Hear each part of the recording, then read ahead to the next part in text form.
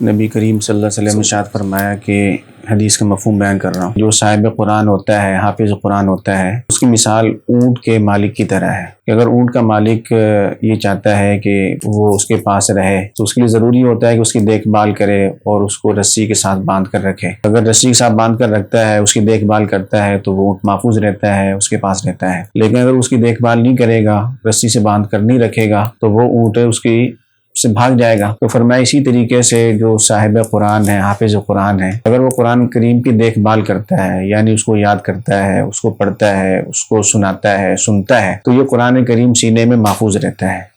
لیکن اگر قرآن کریم کی دیکھ بھال نہ کی جائے، حفظ کرنے کے بعد اس کو یاد نہ کیے جائے، نہ پڑھا جائے،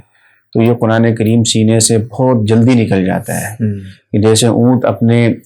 اگر اس کو رسی سے نہ باندھا ہو تو بہت جلدی وہ نکل جاتا ہے، قرآن کریم بھی سینے سے اس طرح جلدی نکل جاتا ہے۔ اسی طریقے سے نبی کریم صلی اللہ علیہ وسلم نے ارشاد فرمایا کہ جو شخص قرآن کریم حفظ کرنے کے بعد بھلا دیتا ہے جان بوجھ کر، تو فرمایا قیامت کے دن اس حالت میں آئے گا کہ اس کو کوڑ کی بیماری ہوگی۔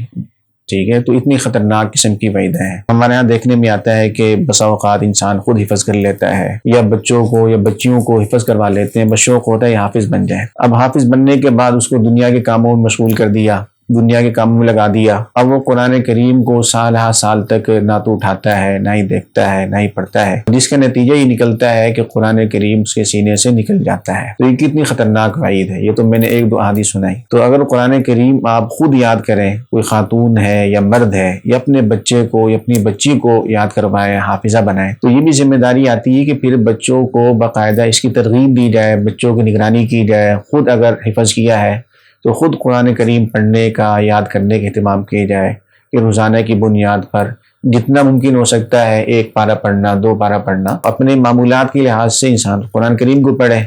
اس کا تعلق ویسے اس سے ہٹ کر کے ایک شخص حافظ قرآن ہی ہے نہیں، ہر مسلمان کی ذمہ داری بنتی ہے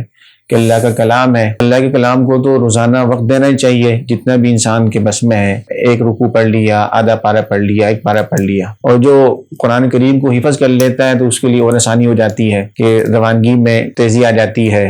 اور اگر قرآن اچھے طریقے سے حفظ کیا ہے تو اس کے لیے قرآن کریم کھولنا بھی کوئی ضروری نہیں ہوتا۔ جہاں بھی اس کو موقع ملا، چند منٹ مل گئے تو ایسے موقع پر قرآن کریم کو پڑھنا شروع کر دے۔ آج کے زمانے میں تو اور بھی آسان ہے، اپلیکیشنز ہیں، موبائل کے اندر ہے، ہر جگہ آپ قرآن کریم کو بہت آسانی کے ساتھ پڑھ سکتے ہیں۔ لیکن یاد کرنے کے لیے کہ اگر بھول جائے تو جو عام دیکھنے میں آتا ہے وہ یہ ہے کہ آپ کسی کی نگرانی میں یاد کریں، کسی کو آپ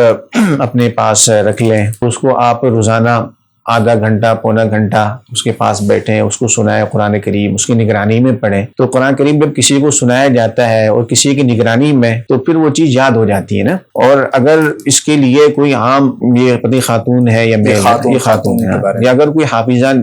اگر مل جاتی ہیں، گھر میں کسی بچے کو کہہ دیں، اپنے شوہر کو کہہ دیں، کوئی جاننے والا ہے اس کو کہہ دیں کہ میرا آپ روزانہ آدھا گھنٹہ قرآن کریم سنا کریں۔ اگر اس طرح کی کوئی ترتیب نہ بنے تو پھر اگر اللہ نے مال دیا ہے تو کسی فیمیل حافظہ سے رابطہ کر کے ان سے یہ پڑھیں، ان کو روزانہ کی بنیاد پر سنیں۔